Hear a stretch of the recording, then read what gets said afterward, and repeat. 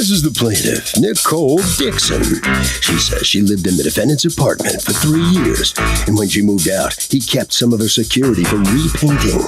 She looked up the law, and in her state, a landlord's required to repaint every 3 years. This guy has to repaint the place, and is also keeping her security to do it. She doesn't think so, and is suing for the $275 she's owed.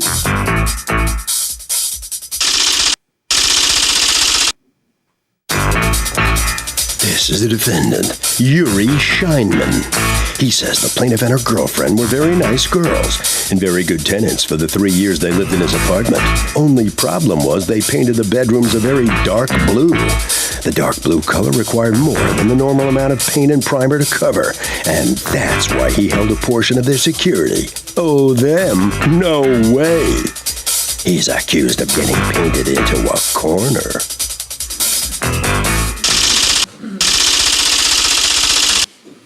All parties, please raise your right hands.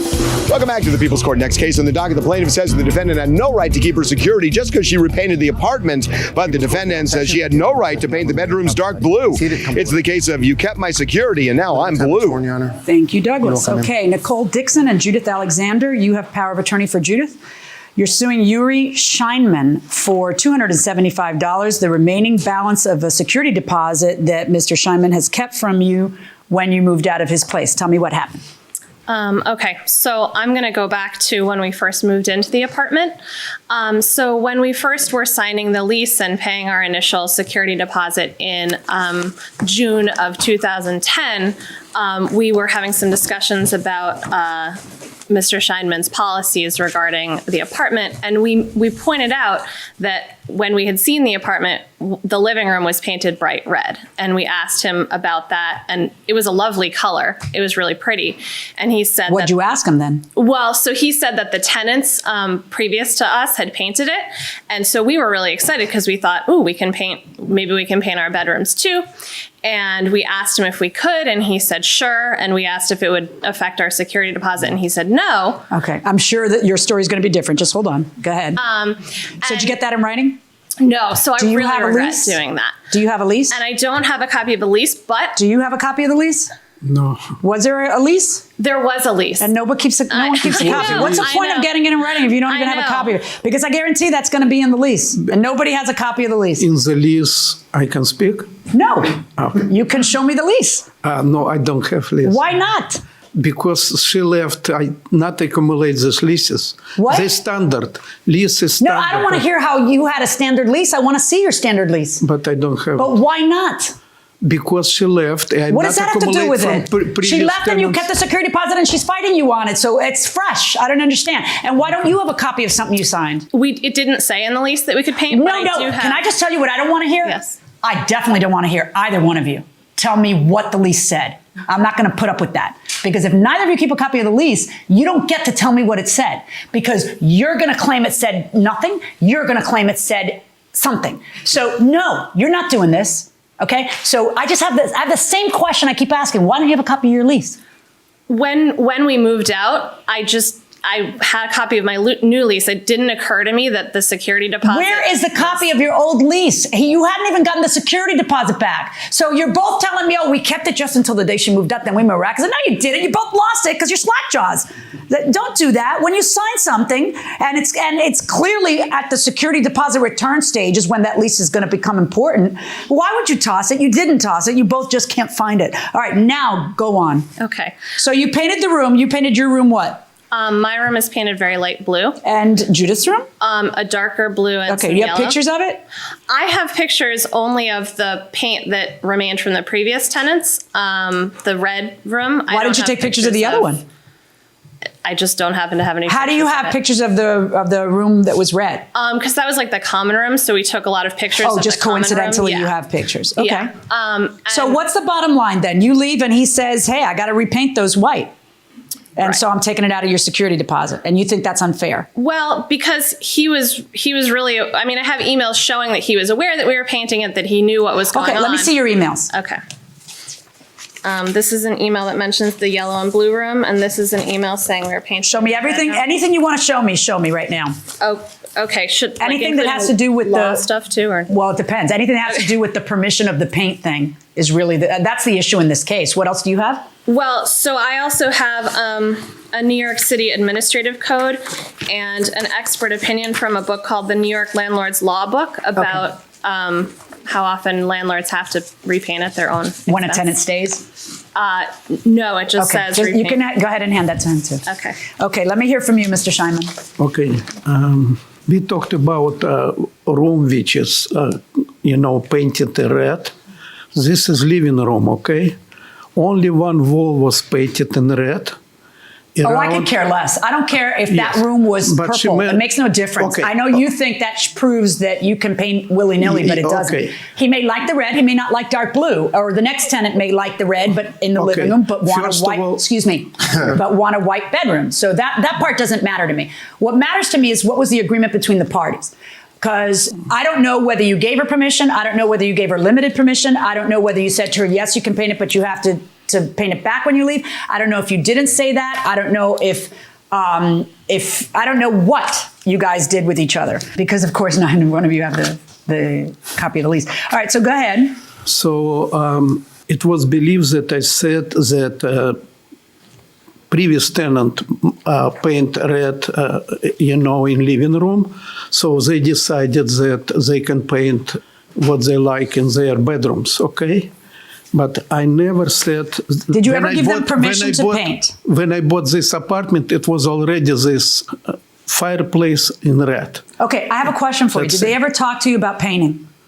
I don't remember. Okay. But I tell you one thing that maybe I permit them to do this. Okay. Okay? But definitely I never said, because I know very well, that in any standard lease, everything with permission of landlord, tenant can paint, but they must return back to what was before. Right. That is in the Before standard was white. leases. I just don't know what your lease never says. said But to it them- is true that the default position is that if you make a change to the apartment, you just have to return it in the way it was given to you.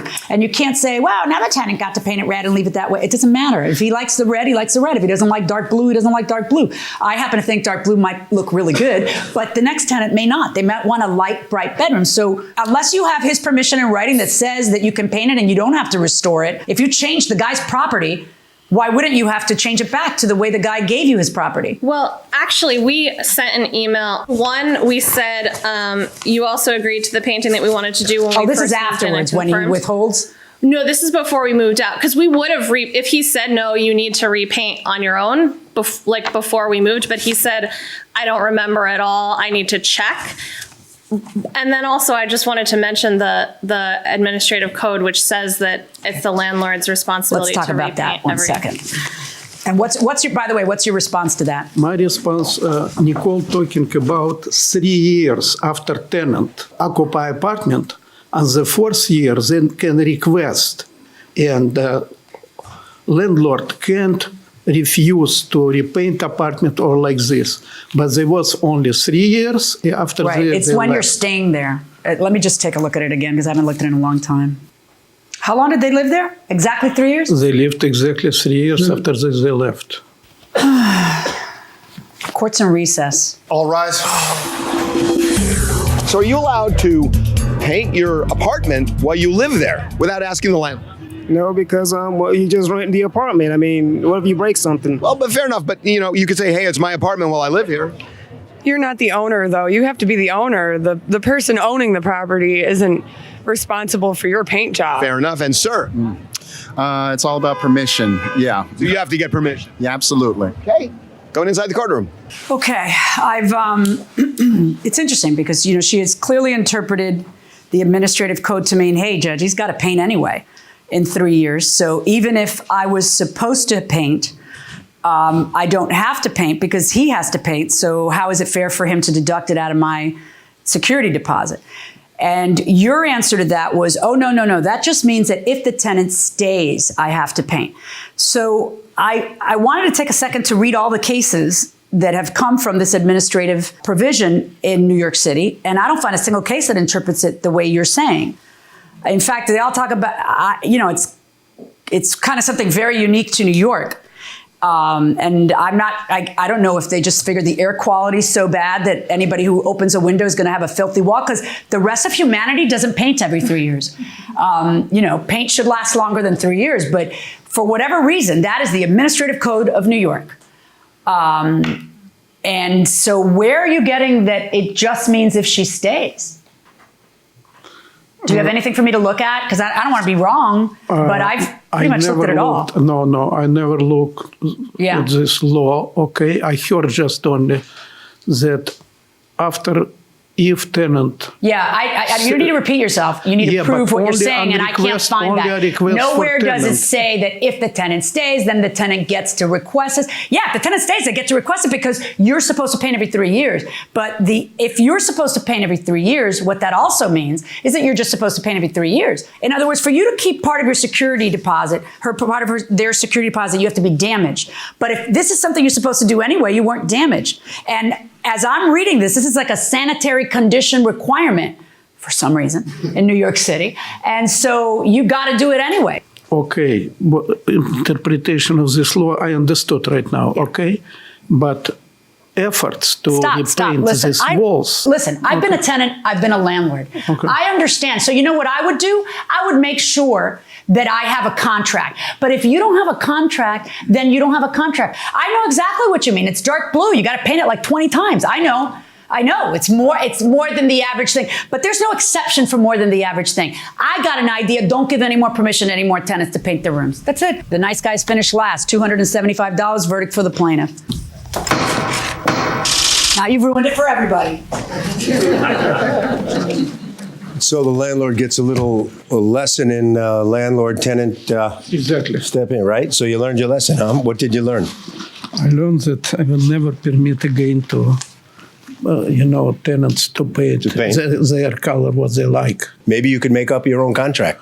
I believe so, but I don't know what prevails, this or law. We'll see. Head right down here. This way, sir. Step in here. Thank you. You satisfied how this comes out? Very satisfied. You had it nailed there. Thank you. Now you've ruined it for everybody, like the judge says. It pays to know the law. Yourself? I am, All yes. Right. Harvey? I got to tell you something. You are not allowed to alter your apartment at all, without asking your landlord. And that means putting screws in the ceiling, putting fixtures in and whatnot. If you do that and you damage the apartment, the landlord has a right to spend what it takes to get the apartment back to the condition it was before you rented it. And by the way, it's not a defense to go into court and say, hey, it looks better now. Doesn't matter. The landlord has a right to get it the way he gave it to you. And that will do it for this case. Litigants for the next case on the way into the courtroom right now.